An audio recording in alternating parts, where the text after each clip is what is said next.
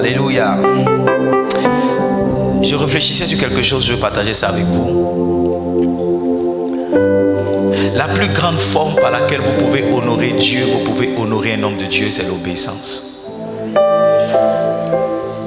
La plus grande forme d'honneur à une onction, la plus grande forme d'honneur à un ministère, la plus grande forme d'honneur à Dieu, c'est l'obéissance. Il n'y a rien qui ne vaut plus que l'obéissance. Il n'y a rien qui ne coûte plus que l'obéissance. Vous pourrez faire une offrande à un homme de Dieu, c'est une bonne chose.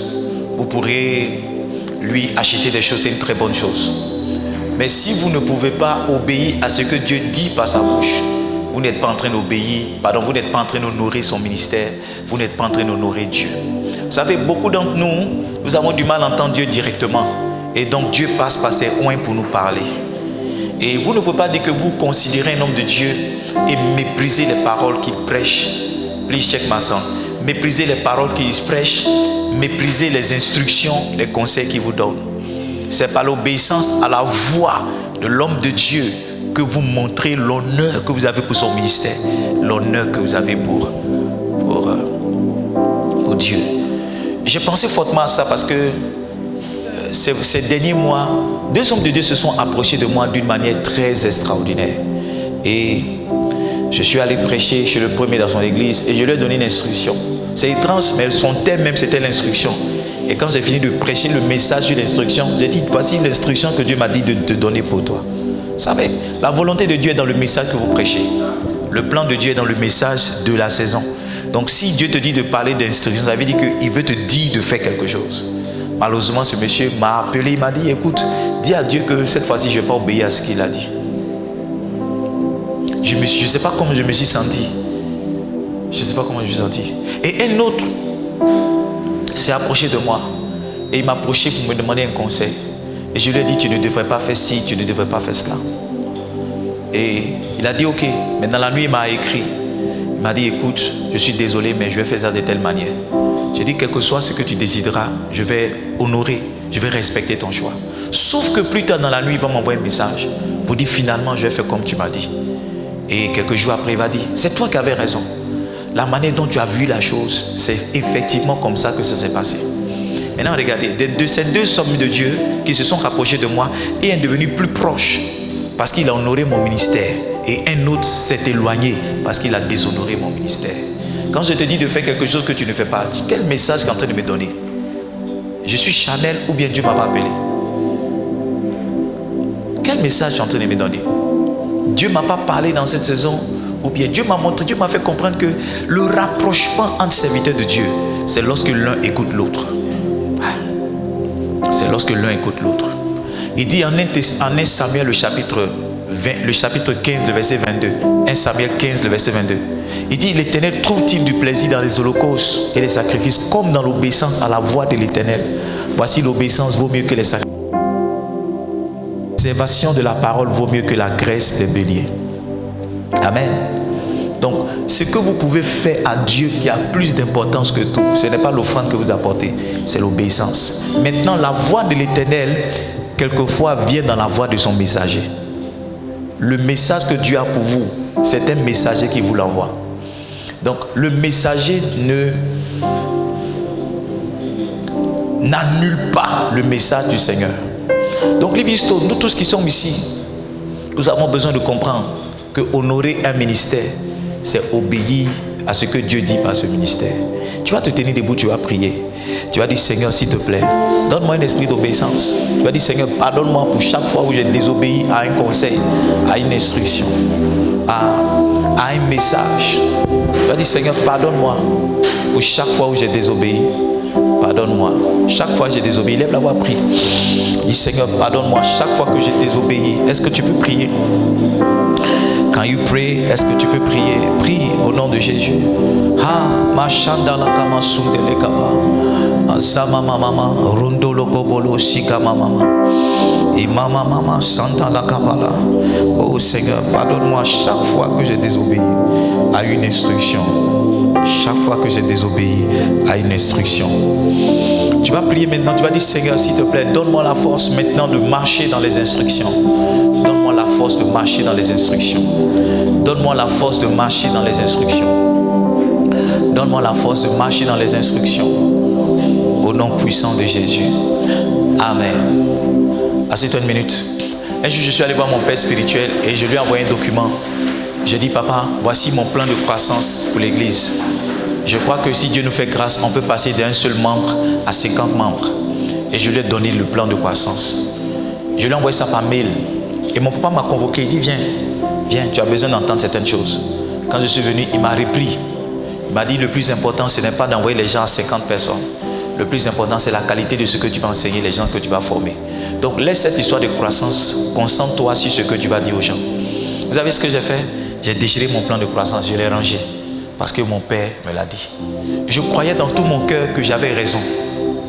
Je croyais de tout mon cœur que ce que je faisais, c'était vraiment de Dieu. Mais quand mon père m'a dit, j'ai rangé. À la fin de l'année, sans me concentrer sur mon plan, Dieu nous a donné 50 membres. Dieu nous a donné 50 membres. Allons-y dans 2 Rois chapitre 4. Le verset 1 au verset 7. 2 Rois chapitre 4 verset 1. Une femme d'entre les femmes des fils des prophètes cria à Élisée en disant, ton serviteur mon mari est mort et tu sais que ton serviteur craignait l'Éternel. Or le créancier est venu pour prendre mes 2 enfants et en faire des esclaves. Next verse. Élisée lui dit, que puis-je faire pour toi? Dis-moi, qu'as-tu à la maison? Elle répondit, ta servante n'a rien du tout à la maison qu'un vase d'huile. Il y a beaucoup. Élisée lui dit, que puis-je faire pour toi? Elle n'a pas eu le temps de répondre à cette première question. Il lui a dit, dis-moi, qu'as-tu à la maison? Elle répondit maintenant à cette première question. Le verset qui suit, il va lui donner maintenant des instructions. La première instruction, il dit, va demander au dehors des vases chez tous tes voisins. Et n'en demande pas un petit nombre. Deuxième instruction, verset 4. Quand tu seras rentré dans ta maison, ferme la porte sur toi et tes enfants. Tu verseras dans ces vases et tu mettras de côté ceux qui seront pleins. Verset 5. Alors elle le quitta, elle ferma la porte sur elle et ses enfants. Il lui présentait les vases et elle versait. Verset 6. Lorsque les vases furent pleins, elle dit à son fils, présente-moi encore un vase. Mais il lui répondit, il n'y a plus de vase. Et l'huile s'arrêta. Verset 7. Elle alla le rapporter à l'homme de Dieu et il dit, va vendre l'huile et paye ta dette et tu vivras, toi, tes fils et ce qui restera. Quand vous regardez ce verset, ce chapitre, ce passage qu'on a lu, il n'y a pas une partie où l'homme de Dieu a prié pour elle. La délivrance de cette femme est venue par des conseils. La délivrance de cette femme est venue par des instructions. Beaucoup de personnes malheureusement méprisent les instructions parce que pour elles, tout se limite à une onction d'huile, à une imposition des mains. Et quand il n'y a pas l'onction d'huile, quand il n'y a pas l'imposition des mains, elles ont l'impression que l'homme de Dieu ne prend pas au sérieux ce qu'elles sont en train de faire. L'homme de Dieu ne prend pas au sérieux ce qu'elles sont en train de dire. Un pasteur est venu dans mon bureau, il m'a dit, pasteur, je veux atteindre 200 membres comme toi. Dis-moi ce que tu as fait. Je lui ai dit, va prier Dieu, Dieu te dira ce que tu dois faire dans cette saison. Parce que si je dois t'expliquer tout ce que j'ai fait, ce n'est pas forcément ce que Dieu veut que tu fasses. Il y a une instruction que tu dois entendre qui vient de Dieu qui va t'aider à croître. Il m'a écouté, il est parti. En toute humilité. Quelqu'un d'autre aurait dit, mais c'est une foutaise, c'est ceci. Livingstone, ne méprisez pas les instructions. Quand vous causez souvent avec un homme de Dieu, souvent indirectement même Dieu vous donne une instruction à travers ce qu'il dit. Un pasteur rendait le témoignage qu'il est parti voir son ami serviteur de Dieu. Il lui a dit, est-ce que tu as un compte chèque? Il a dit, mais moi je suis pasteur, je n'ai pas besoin de compte chèque. J'ai juste un compte épargne. Il n'a rien dit d'autre. Il a compris qu'à travers cette question, Dieu est en train de lui dire, va ouvrir un compte chèque. Il dit, quand il a ouvert le compte chèque, voici les thèmes qu'il emploie. Il dit, ce qui se passe sur mon compte est mystérieux. Va ouvrir un compte chèque. Il lui a simplement posé une question. Un autre homme de Dieu disait qu'il est parti voir son père spirituel. Et son père spirituel, il voulait grandir son église. Son père spirituel lui a dit, mais est-ce que dans ton église, on prie 24 heures sur 24? Il a dit non. Et son père spirituel est parti. Il a compris que derrière cette question-là se trouvait l'orientation de Dieu. Il est parti à l'église, il a mis en place un mécanisme de prière 24 heures sur 24. Il dit son église a fait boum. Beaucoup de personnes passent à côté de la visitation de Dieu parce qu'elles sous-estiment l'instruction. Elles méprisent l'instruction. Elles méprisent le conseil. Il ne faut pas causer avec un homme de Dieu, rire aux éclats, quoi.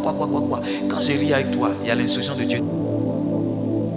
Je cause avec toi, il y a la pensée de Dieu dans ta. Une dame m'a dit, elle dit, pasteur, chaque fois que je me connais ta délibérée, tu dis quelque chose qui me concerne directement. Ne sous-estimez pas. Quand ton pasteur dit ne fais plus ci, il ne faut pas dire non, il est gaou. il n'est pas à la mode, il ne comprend pas. Il ne faut pas. Il y en a même qui s'arrêtent et le pasteur pour discuter. Non, c'est-à-dire que tu veux faire comprendre au gars. Tu vois, elle aurait pu lui dire, mais j'ai fait quoi avec huile? J'ai fait quoi? Mais elle a écouté ce que l'homme de Dieu a dit. Elle est sortie de la délivrance. C'est pas tout qui est c'est pas tout qui est 3 jours de jeûne. C'est pas tout qui est 5 jours de jeûne. C'est pas tout qui est fait offrande. C'est pas tout qui est faux apporter ta dîme. Non. Il y a des choses qui viennent parce qu'un homme a entendu Dieu. Parce qu'un homme a écouté Dieu. Parce qu'un homme a entendu le Seigneur. Que Dieu t'aide. Que tu marches dans l'obéissance à chacune de ses instructions. Alors que tu marches dans ces instructions-là, que tu sortes. Il y a certaines instructions qui vont sauver ton foyer. Il y a certaines instructions qui vont te sortir de la galère, de la misère. Il y a certaines instructions qui vont t'empêcher de mourir avant ton âge. Si seulement tu peux écouter et dire non. Même si ce qu'il a dit là, même je ne vois pas trop, fais quand même. Fais quand même. Voici la différence entre ceux qui avancent avec Dieu et ceux qui sont toujours au même niveau. Que Dieu nous bénisse. Ce soir, je veux parler avec vous sur le thème de l'intégrité. Reviens au début de ce chapitre, au début de ce passage. 2 Rois chapitre 2, 2 Rois chapitre 4 au début. Une femme d'entre les femmes des fils des prophètes cria à l'Éternel. Voici ce qu'elle a dit. Suivez bien. Voici ce qu'elle a dit. Elle dit, ton serviteur, mon mari, est mort. Et tu sais que ton serviteur craignait l'Éternel. Regardez la partie qui me fait mal. Or, le créancier est venu pour prendre mes 2 enfants et en faire des esclaves. On peut craindre Dieu et être pauvre. On peut craindre Dieu et être endetté. La crainte de Dieu n'est pas de facto la prospérité. Et il y a des choses à comprendre, il y a des choses à appliquer pour être prospère. L'histoire, ce que je vous enseigne, je vous en prie, ouvrez votre cœur. Je parlerai dimanche et c'est fini pour cette année. Ça sera jusqu'à l'année prochaine. À moins que tu viennes à la conférence. Dis la vérité, on peut craindre Dieu et être pauvre. On peut craindre Dieu et être misérable. On peut prier et être pauvre. On peut prier et être misérable. Ne pas avoir l'argent pour son loyer. Ne pas avoir l'argent pour sa scolarité. Si on ne connaît pas les lois financières, on ne connaît pas les principes qui gouvernent les finances dans le royaume du Seigneur, on peut craindre Dieu et être pauvre. Allons-y ensemble dans le livre de Job. Job chapitre 1. C'est à partir de là que je vais prêcher. Job chapitre 1, le verset 1. Si tu l'as dit, Job. Il y avait dans le pays d'Utz un homme qui s'appelait comment? Lis avec moi la suite, tu es chrétien. 1, 2, 3, go. Et cet homme était intègre et droit. Il craignait Dieu et se détournait du mal. Maintenant, suis. Voici la partie qui va te bénir. Il lui naquit 7 fils et 3 filles. Il possédait 7000 brebis, 3000 chameaux, 500 ânesses,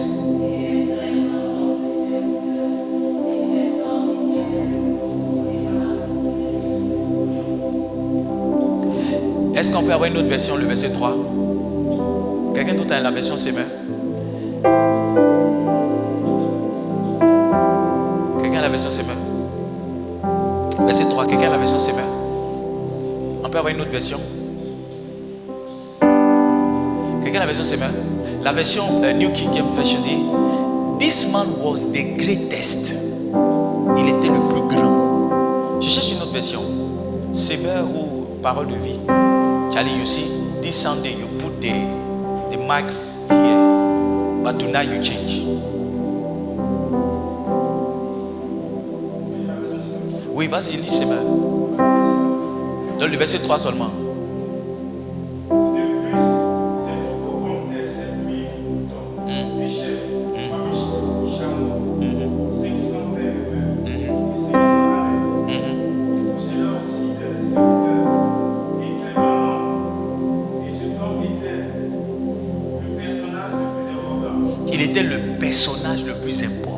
Est-ce qu'on peut avoir une autre version?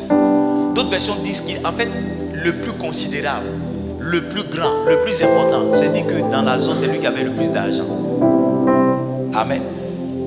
Il avait quoi? Il était l'homme le plus riche.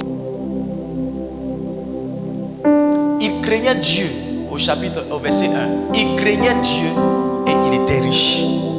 Dans le premier passage qu'on a lu, 2 Rois chapitre 4, verset 1, lui il craignait Dieu, mais il était pauvre. Donc comment 2 personnes peuvent craindre Dieu et puis une personne est riche et une personne est pauvre. Donc la richesse n'est pas dans la crainte. La pauvreté n'est pas indiquée de la prospérité. La crainte, pardon, n'est pas indiquée pour la prospérité. Et la crainte n'est pas une cure ou un médicament contre la pauvreté. Il y a des choses qu'un homme sait. Il y a des attitudes qu'un homme développe. Il y a des choses qu'un homme apprend. Il y a des choses qu'un homme applique afin de devenir riche. Quant à Isaac, la Bible dit il sème. Il sème. C'est la sémence d'Isaac qui l'a amené à moissonner le satur, qui l'a établi comme un homme riche. Ce soir, je veux parler d'une attitude. J'en ai parlé ce dimanche, mais je suis allé très rapidement ce dimanche. Je veux revenir particulièrement sur cette attitude. Parce que la Bible dit que Job, qui était l'homme le plus considérable, le plus riche, le plus important, le plus grand, la Bible dit qu'il était intègre. Il était comment? Je veux parler de la qualité de l'intégrité. C'est quoi l'intégrité? Si vous voulez être riche dans le royaume, il y a 7 attitudes dont j'ai parlé. La première attitude, c'était l'envie. Il ne faut pas être envieux, c'est pas ça. Il ne faut pas être envieux. La deuxième attitude, c'était quoi? Il faut être intègre. La troisième attitude, c'était quoi? Aidez-moi, vous n'étiez pas là ce dimanche? Hein? La fidélité, la patience, le contentement, la diligence et la créativité. Vous devez connaître ça. Hein? Maman, si vous enseignez ça ce dimanche que vous avez oublié, ça veut dire que vous avez accepté d'être pauvre. Oui. Parce que je suis en train de vous enseigner comment être prospère. Mais ce n'est pas resté dans votre tête. Maintenant, comment vous allez devenir prospère? Mais là, monsieur, la tête dit, Seigneur, aide-moi. Donc, ce soir, je vais revenir sur une caractéristique. Regarde, j'ai parlé de 7 attitudes, non? J'ai eu cette inspiration-là, c'est ce matin quand je priais, cette nuit quand je priais. Chaque jour, il faut travailler sur une attitude. Hein, Sony? Chaque jour, il faut choisir une attitude sur laquelle tu vas méditer et travailler, sur laquelle tu vas prier. Donc, lundi, ça peut être ne pas envier. Mardi, ça peut être l'intégrité. Mercredi, ça peut être la fidélité. Hein? Jeudi, ça peut être quoi? Le contentement, la patience. Vendredi, ça peut être le contentement. Samedi, ça peut être quoi? La diligence. Et dimanche, ça peut être quoi? La créativité. Chaque jour, pour ne pas que tu oublies ces 7 caractéristiques, 7 attitudes fondamentales. Mais ce soir, je veux parler avec vous, pour le temps qui nous reste, sur l'attitude principale. Je l'appelle ça l'attitude principale, qui est l'attitude de l'intégrité. La richesse, et suivez bien, la richesse de Job n'était pas dans sa crainte, mais dans son intégrité. La richesse de Job n'était pas dans sa crainte, mais dans quoi? Dans son intégrité. Alors, c'est quoi être intègre? C'est quoi être intègre? On a déclaré ça. Vous avez oublié? L'intégrité, c'est l'honnêteté absolue. Quand un homme est intègre, ça veut dire qu'il est honnête jusqu'à un certain niveau. Il est honnête jusqu'à... Maintenant, je vais parler un français soutenu. Parce que quand j'écoute mes prédications, j'ai honte des titres de français que j'emploie. Ça ne me ressemble pas. Amen. Je vais parler meilleur français. Alléluia. Vous êtes d'accord avec ça ou bien plus qu'on reste dans Inaka, les choses comme ça? Non. Il faut que je parle meilleur français. Parce que Dieu nous donne les nations. Oui, Dieu nous donne les nations. Donc, il faut que nous parlions vraiment une langue soutenue. Il faut qu'on arrête.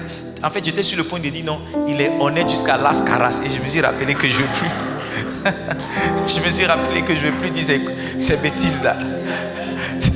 Non, ça ne va plus sortir. Je me suis rappelé que non. Parce que si un Congolais m'écoute, il va Las Caras, qu'est-ce que ça veut dire? Ou bien si un Belge m'écoute, il va dire mais le pasteur, qu'est-ce qu'il raconte? Il allait bien, mais son français, je ne comprends pas son français. Donc je veux moi-même changer. Est-ce que vous comprenez?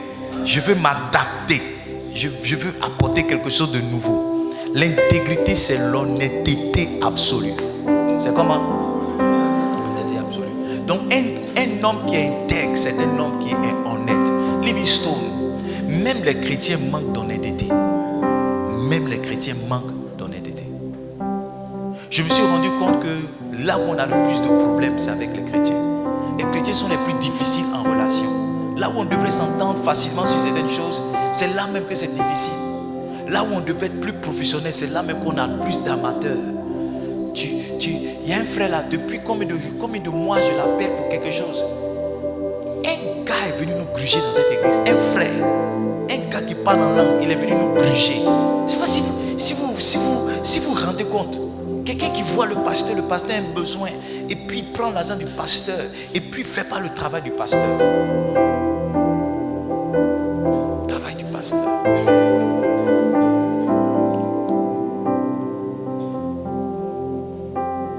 L'intégrité, c'est l'honnêteté. L'honnêteté est une attitude. Si vous l'avez, Dieu va vous donner davantage.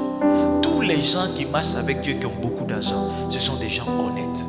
Ce sont des gens intègres. Tous ceux que Dieu a qualifiés, avec lesquels il est parti loin, ils avaient cette valeur ensemble.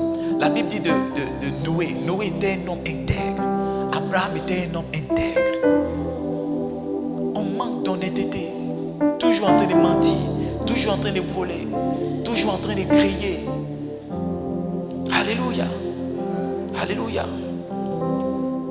Comment on fait pour être honnête? Ou comment fait-on pour être intègre? Je partage avec vous 5 clés qui vont nous aider, chacun d'entre nous, à être un homme, une femme intègre. Amen. Qui est-ce que ça intéresse? J'ai dit comment être créatif, mais je n'ai pas dit comment être intègre. Et en réécoutant le message, le Saint-Esprit m'a interpellé. Proverbe 28, verset 6. Mieux vaut le pauvre qui marche dans son intégrité que celui qui a des voies tortueuses et qui est riche. Mieux vaut, Proverbe 28, verset 6. Mieux vaut le pauvre qui marche dans son intégrité que celui qui a des voies tortueuses et qui est riche. Il y a des gens qui sont riches mais par la malhonnêteté. Une voie tortueuse, c'est une voie déplacée. C'est une voie qui n'est pas une voie droite.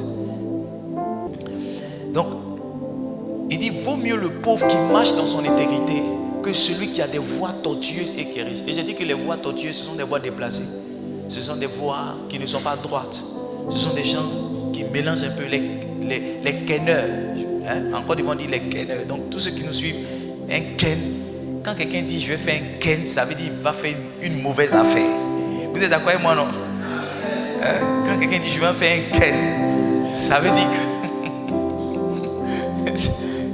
il y a un peu de vol, il y a un peu d'escroquerie dedans, il y a un peu de mensonge.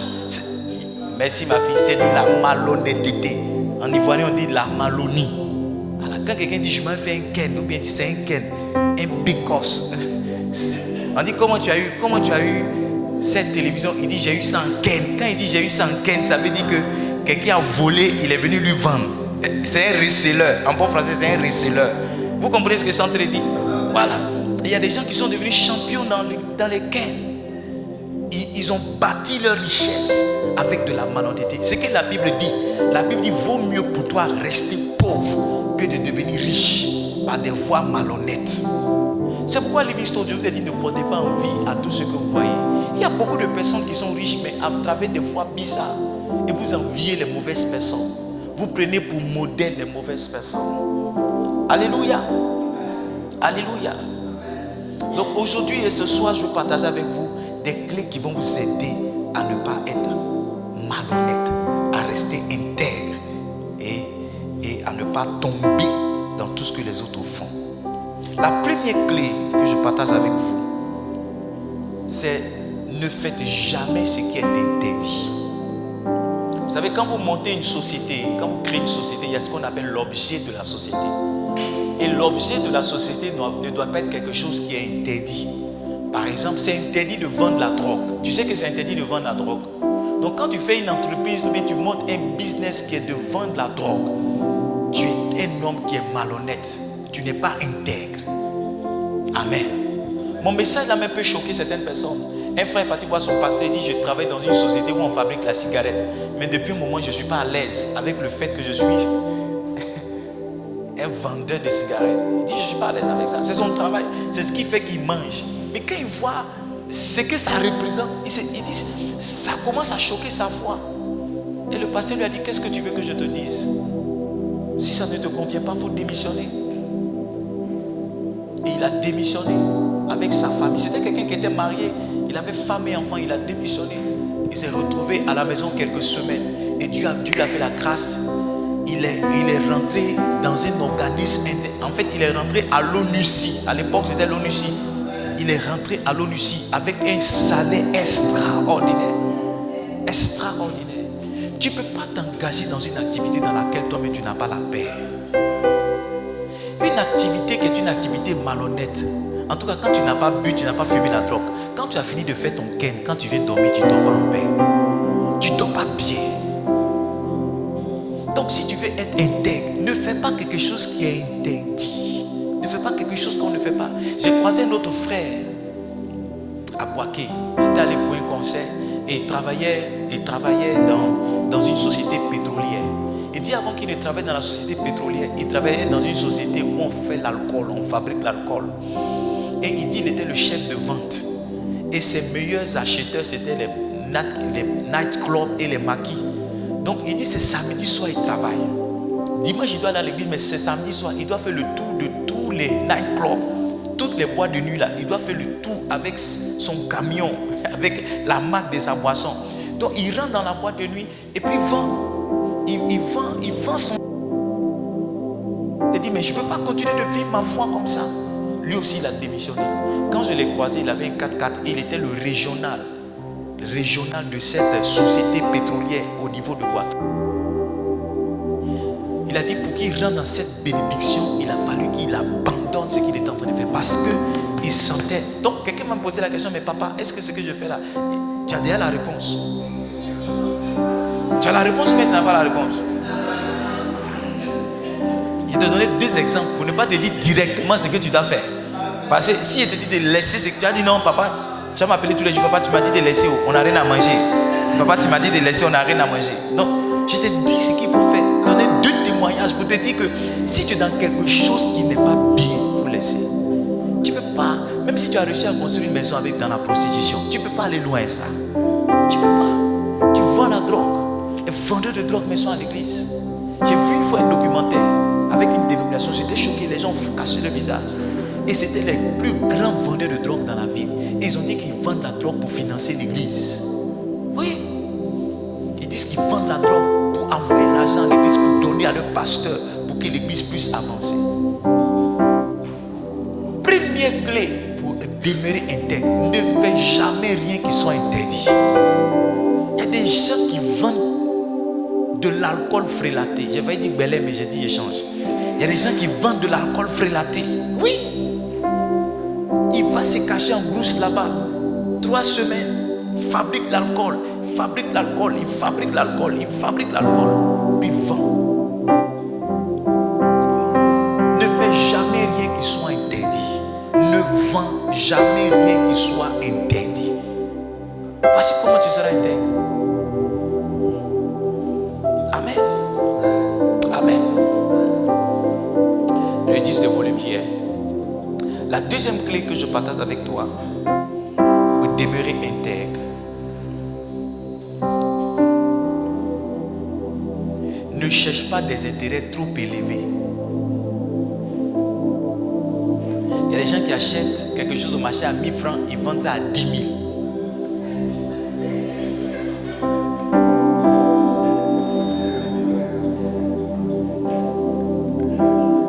Tu achètes un truc, tu dis non, tu vends bonbon. Tu as acheté un bonbon à 5 francs, mais toi tu vends un bonbon à 200. Il y a un gars qui nous a vendu une PlayStation. À l'époque, quand ça sortait PlayStation 3, il a payé ça en net. Il a envoyé 2 PlayStation, une pour mon patron et moi. On a payé les PlayStation. Il nous a donné ça à crédit, on a payé un peu. En fait, c'est parce que nous-mêmes, on n'était pas allés demander le prix. Quand on a demandé le prix, on a vu que le gars là, il nous a volé même. On l'a appelé, on dit, mais est-ce que ce que tu fais, c'est bien? Est-ce que tu fais quelque chose qui coûte 200 000, toi tu vends ça à 600 000, est-ce que c'est bien? Est-ce que c'est bien? Toi-même, est-ce que c'est bien ce que tu fais? vois, quelqu'un va dire non, mais c'est le marché, chacun dit son prix, chacun dit son prix. Quand tu parles comme ça, tu montres que tu es malhonnête. Tu montres quelque chose qui coûte 200, tu dis non, ça coûte 200 000. Il y a des gens qui font des prix en fonction du visage, de ton habillement.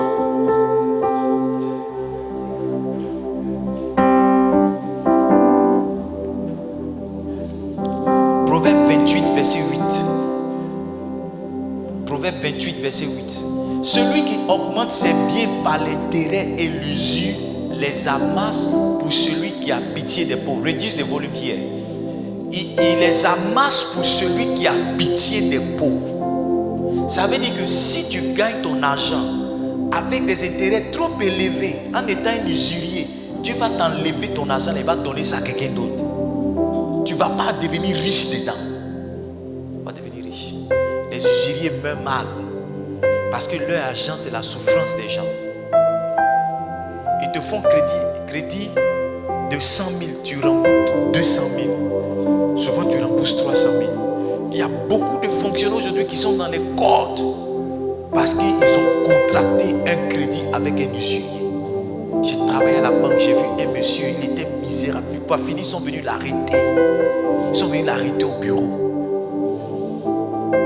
Il va voir les usuriers là. Et puis il donne sa carte magnétique comme une garantie. Et quand il donne sa carte magnétique, il vient à la banque et dit non, il a perdu sa carte magnétique. Et on met un interdit sur la carte, on bloque la carte. Et quand son salaire passe, quand l'usurier vient, ça ne passe pas. Lui, il vient dans la banque, il prend son argent et s'en va. Et il commande une nouvelle carte. Il va voir quelqu'un d'autre encore. Et le monsieur, il était dans un cycle infernal. Il ne s'en sortait pas jusqu'à ce qu'un jour on vienne l'arrêter.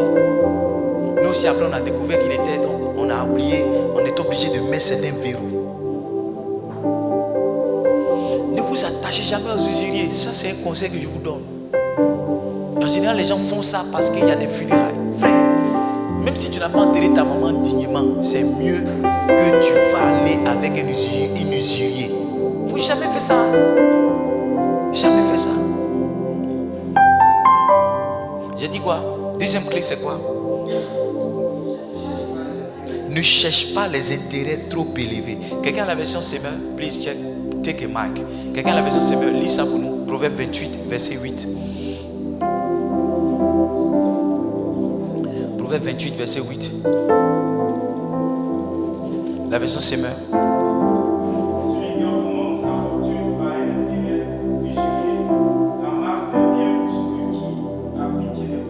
Voilà. Pardon, quand tu fais des affaires, il ne faut pas que ton intérêt soit trop élevé.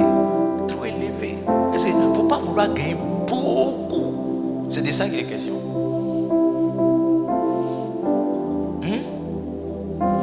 Par exemple, tu as payé, il y a des gens qui tressent ici. Tout ce que tu as payé pour tresser quelqu'un, c'est 1000 francs. Mais tu fais la coiffure à 30 000. Ah! C'est quelle coiffure? C'est coiffure des anges ou bien c'est quoi? Ou bien la coiffure là, quand il pleut, la pluie ne te touche pas. Mais quand tu dors, Dieu te parle.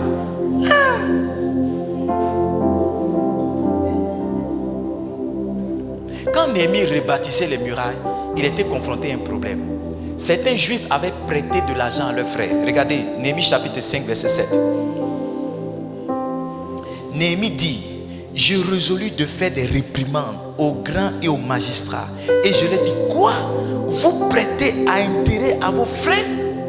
Je rassemblai autour d'eux une grande foule. Si tu veux être honnête, si tu veux être intègre, pardon, tu as payé un article à 1000 francs, mets 500 dessus pour vendre. Amen. Mais il ne faut pas vendre. T'es passé quoi? Non, le pasteur dit de vendre quelque chose. Donc, papa, c'est toi-même qui a dit de vendre. Tu as dit pour gagner l'argent, on doit vendre. Donc, tu vas ramasser des trucs là-bas et puis tu dis non, ça vient. Souvent même, les gens ramassent des choses à Djamé. Un jour, je connaissais qu'il est parti à Paris. Je lui ai dit de m'envoyer quelque chose de Paris. Il a payé un boubou à Djamé pour m'envoyer. Oui, il a payé un boubou. Il y a des gens qui ramassent des choses à Djamé. Et j'ai dit non. Il dit c'est quitté à Dubaï. Ça, c'est les derniers mondes de Dubaï. C'est les derniers boubous de Dubaï. J'ai pris à Djamé ici. Il y y a beaucoup de gens qui passent. Tu vois, quand tu arrives à Madame Joe, là, les femmes qui vendent orange. Tu connais là-bas, non? Il y a des gens qui pensent qu'il y a des champs d'orange dans la brousse là-bas. Orange, c'est ça qui t'a jamais. Qui t'a jamais. Avant, non, pas te payer poisson à l'aïe. Voici ma femme qui est là. L'aïe, de toute façon, l'aïe a pris mon argent. Un jour, ma femme a rencontré une vendeuse de l'aïe dans chambre froide au marché. C'est le jour où on a été délivrés. Parce que comme ils habitent dans l'eau, ils habitent à côté de... On a cru que tous les poissons là, c'était dans l'eau là, ça quittait. Alors qu'elles viennent ramasser poissons à Dabou ici. Oui, elles viennent ramasser poissons ici pour aller fumer. C'est ce qu'ils font. Même les gens qui sont à Niébi ici, qui soulèvent poissons, c'est poissons des chambres froides.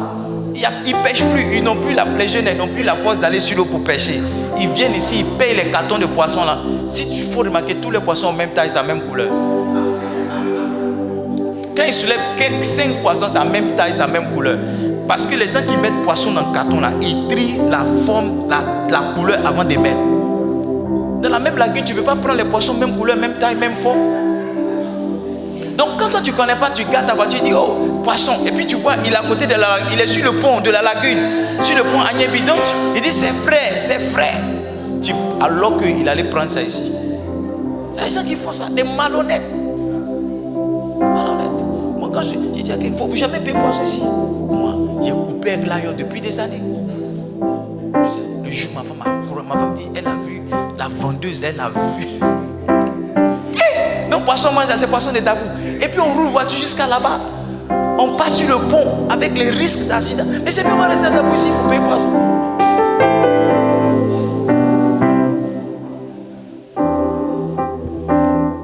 Dis à ton voisin, ne sois pas malhonnête. Il faut toujours dire la provenance de ton produit. Le pasteur a dit de vendre quelque chose, mais il faut dire ce que je vends là, voici. Voici. Il y a des gens qui prennent les couturiers font des chemises et puis ils mettent des marques dessus. Ils mettent des marques. Dis non, c'est quitté quelque part là-bas. Des menteurs. Ne faites pas ça. Vous n'allez jamais devenir. Vous allez gagner l'argent un moment, mais tout l'argent que vous allez gagner, vous allez le perdre. Un problème va venir vous enlever tout l'argent.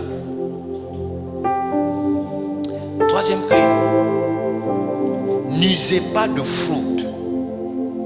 N'utilisez pas la fraude. Quelqu'un peut nous donner la définition de la fraude? Les gens d'accord maintenant, cherchez les définitions sur Google et mettez ça à l'écran. J'ai vu ça chez Bishop Dark.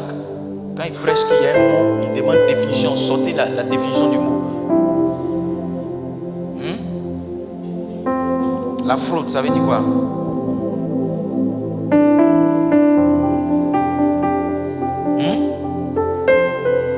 La tromperie, la falsification.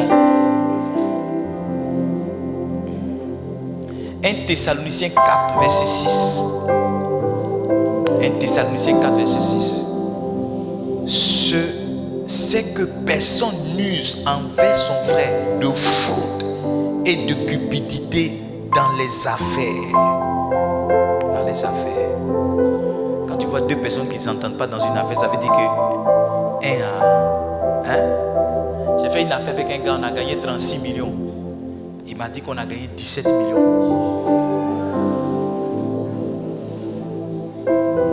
On a eu 36 millions en 2012. 2013, on a gagné 36 millions. Il m'a dit que l'argent, c'est 17 millions. Maintenant, les dépenses qu'on a fait, c'est 11 millions. Donc, notre bénéfice, c'est 6 millions. Il a pris 3 millions, il m'a donné 3 millions. Il allait construire la même maison que moi. Donc, quand il venait chez moi ici, là, ma maison, regardez, il allait payer un terrain derrière chez le préfet là-bas. Il a construit la même maison, il est bien vitré.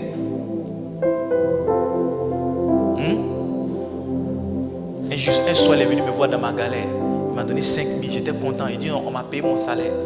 Donc je te donne 5 000 vraiment pour te soutenir comme tu passes par les problèmes. Il a retiré 1 705 000. C'est 5 000 qui est dessus, il est venu me donner. Moi-même mon argent. Il a pris 1 705 000. Et le 5 000 qui est dessus là, c'est ça, il est venu me donner. Il dit de payer unité, j'ai béni le Seigneur. Alors que mon argent, 1 700 000 était dans sa poche. Mais je l'ai attrapé. N'usez pas de fraude quand vous êtes en affaires. Fraude, c'est quoi la définition de fraude? Vous avez défini là-bas? Fraude. Ceux prennent le bus sans payer, on les appelle les fraudeurs. Pour te montrer un peu à quoi fraude ressemble. Ceux qui prennent le bus sans payer, on les appelle les fraudeurs. Il y a des gens qui prennent les articles qui ne payent pas. Prends article de quelqu'un, tu ne payes pas. Tu prends poisson de ta soeur, tu prends les packs de ta soeur, les assiettes de ta soeur, les draps, ta soeur vendra, ta soeur te dresse, tu ne payes pas.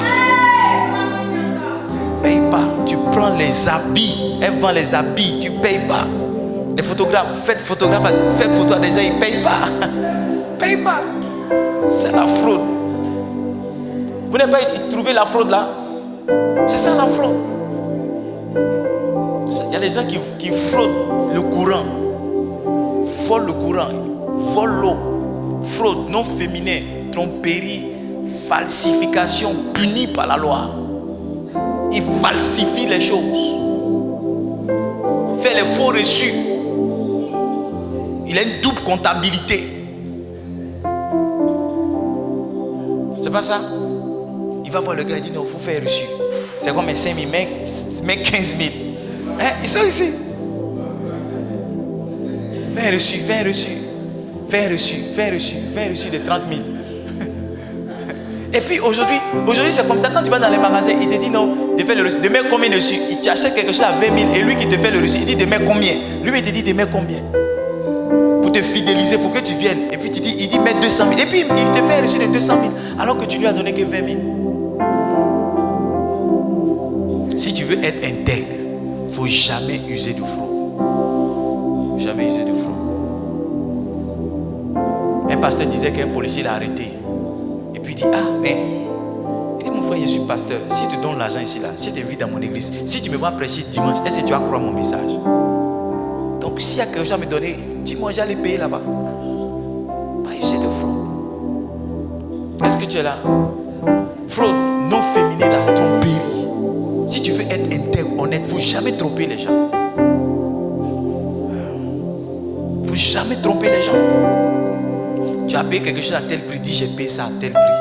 Tu as payé ceci à tel autre prix, dis j'ai payé ça à tel prix. Il faut venir tromper les gens pour dire non, tu sais c'est un truc, hein. En temps normal, ça voici le prix. Le prix c'est 200 000, mais comme c'est toi, je te donne à 150 000.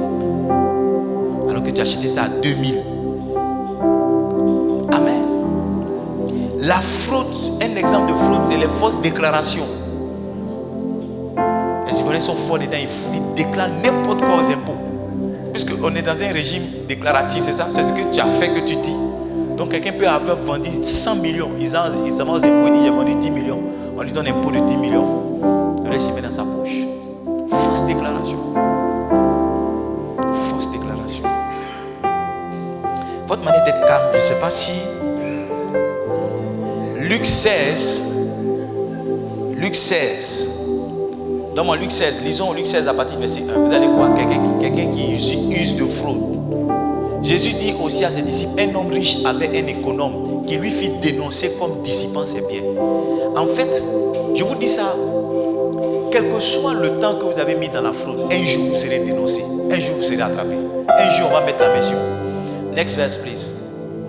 Il appela et dit, qu'est-ce que j'entends dire de toi? Rends compte de ton administration, car tu ne pourras plus administrer mes biens.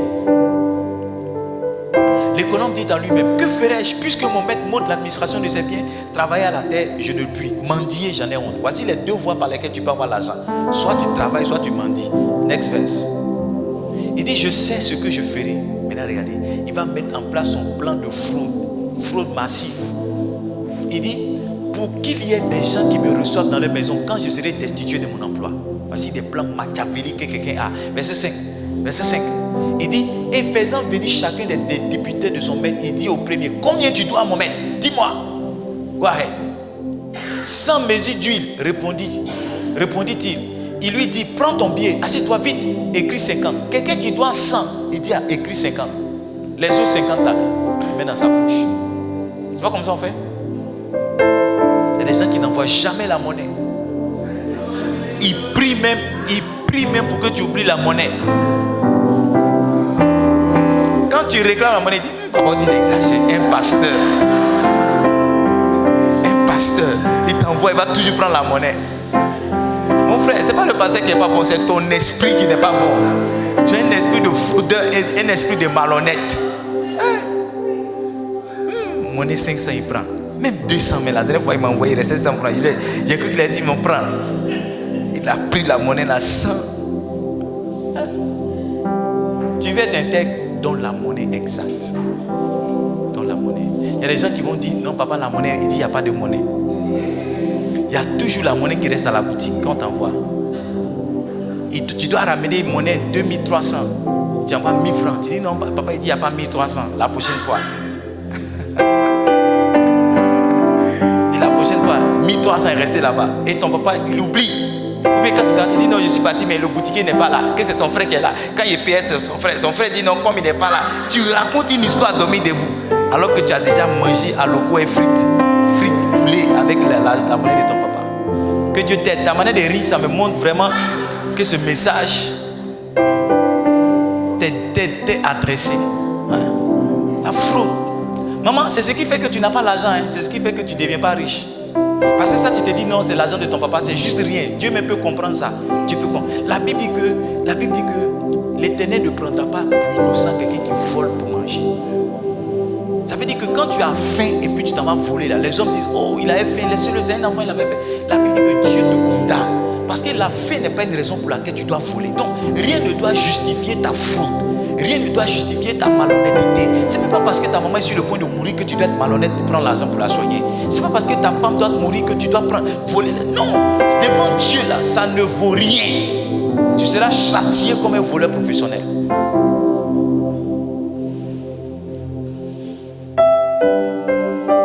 C'est m'a dit d'insister sur ça.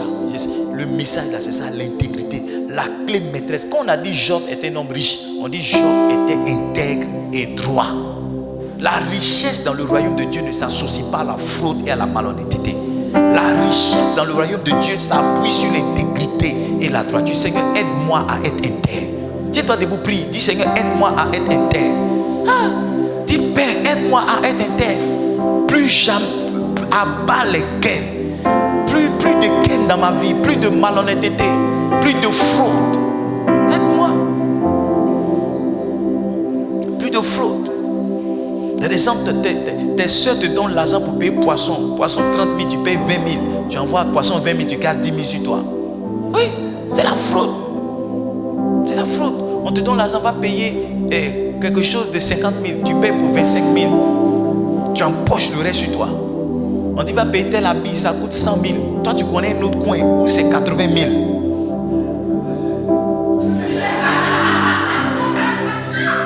Ça c'est le vol, ça c'est pas la sagesse. Ça c'est la malhonnêteté. Pas la sagesse. Je ne suis pas encore arrivé sur la sagesse. Le dimanche prochain, je vais vous enseigner la sagesse. Ça c'est le vol. Ça c'est la malhonnêteté. Que Dieu t'aide. Et c'est comme ça, beaucoup pensent qu'ils sont sages. Alors qu'ils sont... Écoutez-moi bien. J'ai vu un jeune homme qui a été arrêté, qui a été condamné à 1 an de prison. Je vous explique son délit. Quand les gens veulent... Asseyez-vous une minute. Quand les gens veulent faire concours pour rentrer à la police maritime, quand les gens veulent faire concours là, lui comme il a une entrée avec quelqu'un qui gère là-bas, donc un dossier qui coûte 50 000, il te dit que ça coûte 100 000. Et c'était son travail. Le matin il se lève, il s'en va à le coin là. C'est ce qu'il fait. Au lieu que les gens payent 50 000 comme ça, je dis n'importe quoi, il double le montant par... Et puis un jour on l'a attrapé. Et puis quand on l'a arrêté, il dit mais qu'est-ce que j'ai fait de mal? Qu'est-ce que j'ai fait de mal? C'est mon quai? Qu'est-ce que j'ai fait de mal? Est-ce que j'ai pris son argent? Est-ce que j'ai pas fait son dossier? On dit oui tu as fait, mais ce n'est pas le prix. Pourquoi? Il dit non, lui comme il est intermédiaire, il met pour lui dessus. On dit monsieur, en bon français on appelle ça escroquerie. Ils l'ont condamné à 12 mois de prison pour escroquerie. Là où il pensait qu'il était trop sage et trop intelligent pour gagner l'argent, il était en train de se livrer à quelque chose qui est prohibé. Et à cause de ça, il a fait 12 mois de sa vie en prison. Dieu lui a fait grâce au 7e mois, il a eu une grâce présidentielle, il est sorti. Mais il est sorti de prison, il allait faire encore même escroquerie. Ils l'ont condamné cette fois à 2 ans de prison. Lui-même, c'est son attitude. Son attitude. Écoutez mon message, ça va vous éviter d'aller en prison.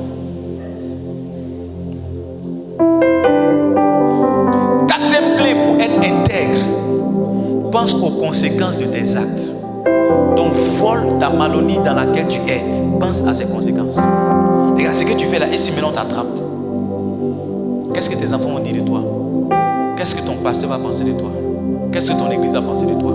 Il y a certaines conséquences quand tu penses à elles, elles t'empêchent de poser certaines actions. Si, il y a certaines choses quand tu penses, tu te dis, ça, et si maintenant ma femme apprend?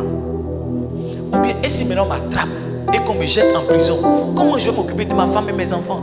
C'est quelle honte je vais amener sur moi? Quand tu penses à ça, ça t'évite de tomber dans la malhonnête. Pense aux conséquences de tes actes. Tu veux voler, ok.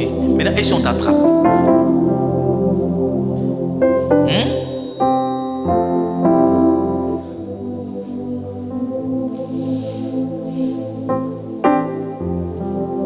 Proverbe 28, verset 8.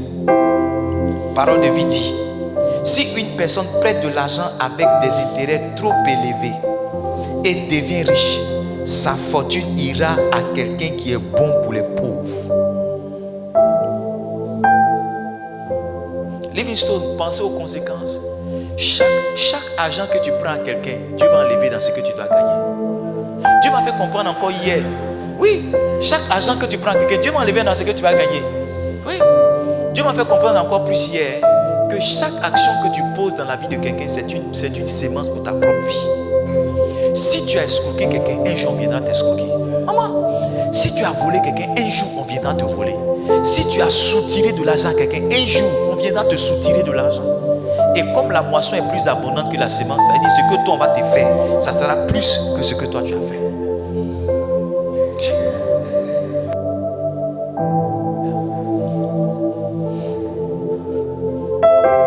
Vous êtes ici? Pense aux conséquences. Cette fortune que tu es en train d'amasser là, un jour tu vas la perdre. Si tu continues dans la malhonnête, tu vas la perdre. Regardez autour de vous, les voleurs, les escrocs, ils ne font pas long feu. Un matin on tombe sur eux et tout ce qu'ils avaient, ça disparaît. La bonne manière de s'enrichir et d'être prospère, c'est par l'intégrité, c'est par l'honnêteté. Et même quand tu es honnête, que tu es intègre, quand Satan vient, il ne peut rien contre toi. C'est parce que Satan n'a rien pu contre Job qu'il est parti voir Dieu pour dire: Job, c'est parce que tu l'as protégé que je ne peux rien faire. Parce que la malhonnêteté ôte la protection de Dieu sur toi. La malhonnêteté enlève la main du Seigneur. Dieu ne peut pas s'associer à quelqu'un de malhonnête. Donc quand tu commences à être malhonnête, ça veut dire que toi-même tu es garant de ta propre sécurité. Dieu ne peut rien faire. N'importe quel moment, quand le diable se lève, quand il te frappe, ça prend. Ça prend.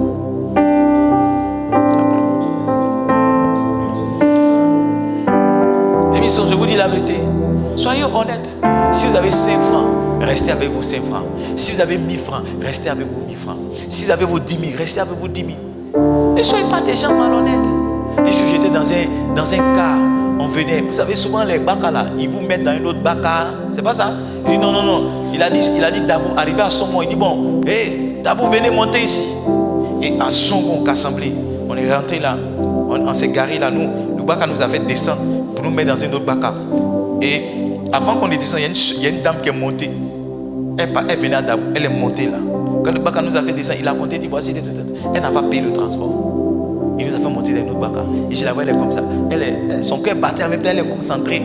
Elle pouvait, Dieu a exaucé sa prière, elle ne va pas payer le transport. Il y a des gens qui font ça. Ils se mélangent dans le bac ici. Il faut comme s'ils dorment, ils font comme ça. Tout ça pour ne pas payer le transport.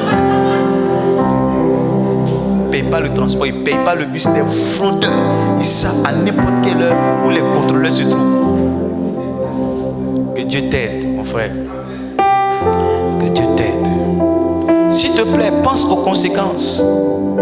La première conséquence, c'est la perte de ta fortune. Si tu marches dans la malhonnêteté, tout ce que tu as, tu vas le perdre un jour. Si tu marches dans la malhonnêteté, tu vas perdre tout ce que tu as. Jean 1, verset 47. La Bible dit: Jésus, voyant venir à lui Nathanaël, lui dit: voici un Israélite dans lequel il n'y a point de fraude. Que Jésus parle de toi comme ça. Que tu ne sois pas quelqu'un. Il y a des gens tellement tu mens, tu voles, on ne peut rien te confier. Oui, quand on doit partager l'argent, que ça vienne dans ta main, on dit oh, non, si c'est elle là seulement, si c'est lui là seulement, on n'a qu'à partager en même temps. Si. On dit non, on vous a donné 10 000, votre tonton vous a donné 10 000. Ils ont donné ça à qui? c'est lui, pardon, c'est que notre argent est perdu. Et quand il va venir, effectivement, il va confirmer. Il va dire non, l'argent, je venais, c'est tombé là-bas. Alors que rien de tout ça. Rien de tout ça. Deuxième conséquence, le châtiment de Dieu. Si vous vivez dans la malhonnêteté, Dieu va vous châtier. Dieu va vous châtier. Jérémie chapitre 5, on va lire le verset 26 au verset 29. Je partage avec vous une dernière clé, puis on a fini. Jérémie chapitre 25, 26 à 29. Est-ce que vous écoutez mon message? Vous recevez mon message ce soir? Ok. Jérémie 5, 26. Jérémie 5. Jeremiah 5, 26. Car il se trouve parmi mon peuple des méchants. Ils épient comme l'oiseleur qui dresse des pièges, qui tend des filets et ils prennent des hommes. Next. Comme une cage est remplie d'oiseaux, leurs maisons sont remplies de fraude. Des fraudeurs. Il dit c'est ainsi qu'ils deviennent puissants et riches. Leur manière de devenir riche, c'est par la fraude. Leur manière de devenir puissant, c'est par la fraude. Maintenant, suis le verset. Il dit, ils s'engraissent, ils sont brillants dans bon point, ils dépassent toute mesure dans le mal, ils ne défendent pas la cause de l'orphelin, et ils prospèrent. Tu vois, ils gagnent l'argent. Dans la fraude, ils gagnent l'argent. Ce n'est pas toutes les prospérités qui sont prospérités. Ils gagnent l'argent dans la fraude. Il dit, ils ne font pas droit aux indigents. Next, please. Go ahead. Il dit, c'est Dieu qui parle, ne châtirai-je pas ces choses-là, dit l'Éternel, ne me vengerai-je pas d'une nation pareille? Dieu se venge toujours de toute personne qui prospère par la fraude. Dieu se venge de toute personne qui devient riche en usant de fraude et de malhonnêteté. Satan même n'a pas affaire à toi, c'est Dieu lui-même qui descendra pour te châtier. Maman, la maison que tu es en train de construire là, un jour on m'a dit la route va passer là, ils vont casser. La maison que tu es en train de construire, un jour on m'a dit non, la mer s'est déchaînée, le pont s'est cassé. Pourquoi? Parce que tu as bâti avec la fraude. Tu as construit avec la fraude. C'est avec la fraude. Vous connaissez quelqu'un? Il allait, il dit non, il va chanter pour construire la maison de Dieu. Quand il a fini de construire la maison, il n'a même pas eu le temps de prêcher, dedans il est mort. Toi, tu vas prendre l'argent comment, n'importe comment venir construire pour Dieu. Dieu n'est pas dedans. Dieu n'est pas dedans. Dieu se venge de ces choses. Dieu dit vengeance. Tu as pris 5 francs de ta soeur dans un petit business. La vengeance de Dieu va venir chez toi. Dieu va se venger. 5e clé, c'est ça? Pour être intègre. Mets la main sur le cœur, dis Seigneur, aide-moi à être intègre. Aide-moi à être intègre. Mets la main sur le cœur, dis Seigneur, parle en langue, dis Seigneur, aide-moi à être intègre. Je ne veux pas user de fraude. Je ne veux pas prospérer dans la fraude. Je ne veux pas prospérer dans le mensonge. Prie, prie, prie.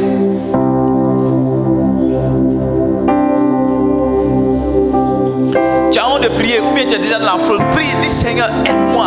Si tu es dans la fraude, dis Seigneur, fais-moi sortir de la fraude. Fais-moi sortir de la fraude.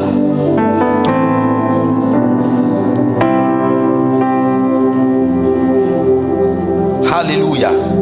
Une dernière clé que je partage avec toi qui va t'aider à être intègre et honnête, c'est de rendre compte de chaque centime que tu reçois.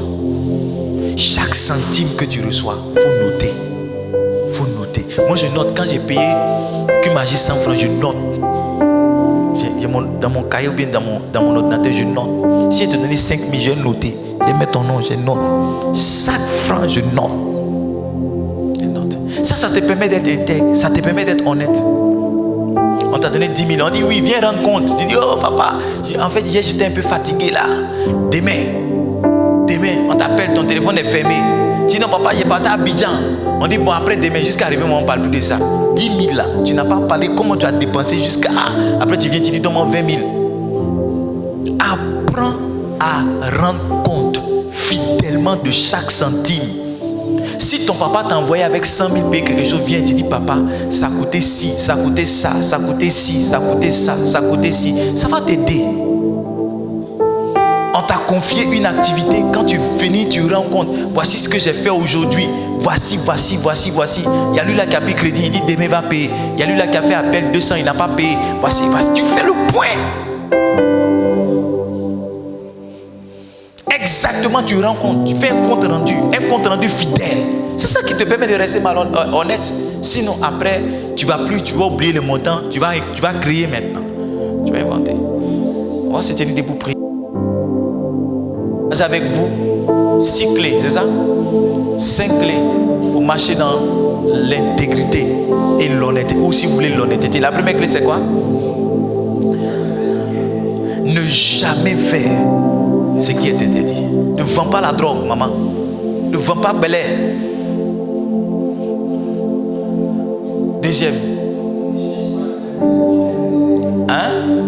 Ne cherchez pas des intérêts trop élevés. Proverbe 28, verset 6 ou verset 8. Deuxième. Troisième. Ne pas user de fraude. Il ne faut pas mentir sur les montants. Quatrième. Pensez aux conséquences. Pense aux conséquences. Un jour, ils vont venir t'arrêter. Un jour, tu seras humilié. Un jour, on va t'attraper en train de mentir. Cinquième clé. Rends compte. Assieds-toi, rends compte. Il faut apprendre à rendre compte toi-même de ton argent. Aujourd'hui, tu as dépensé combien? Qui sait combien il a dépensé aujourd'hui? Souvent, quand tu n'as pas dépensé beaucoup, si tu ne veux pas, ou bien quand tu n'as rien dépensé aussi, tu veux. Mais tu dois apprendre à rendre compte. Par mois, cette semaine, il y a eu 10 000. J'ai donné ma 10 000 francs. Voici comment j'ai dépensé les 9 000. J'ai fait ça. Tu as ton point. Ça t'apprend à rester honnête. Le jour où tu donnes beaucoup d'argent, tu as déjà cette habitude de rendre compte chaque jour. Que Dieu t'aide. Tiens-toi debout, on va prier.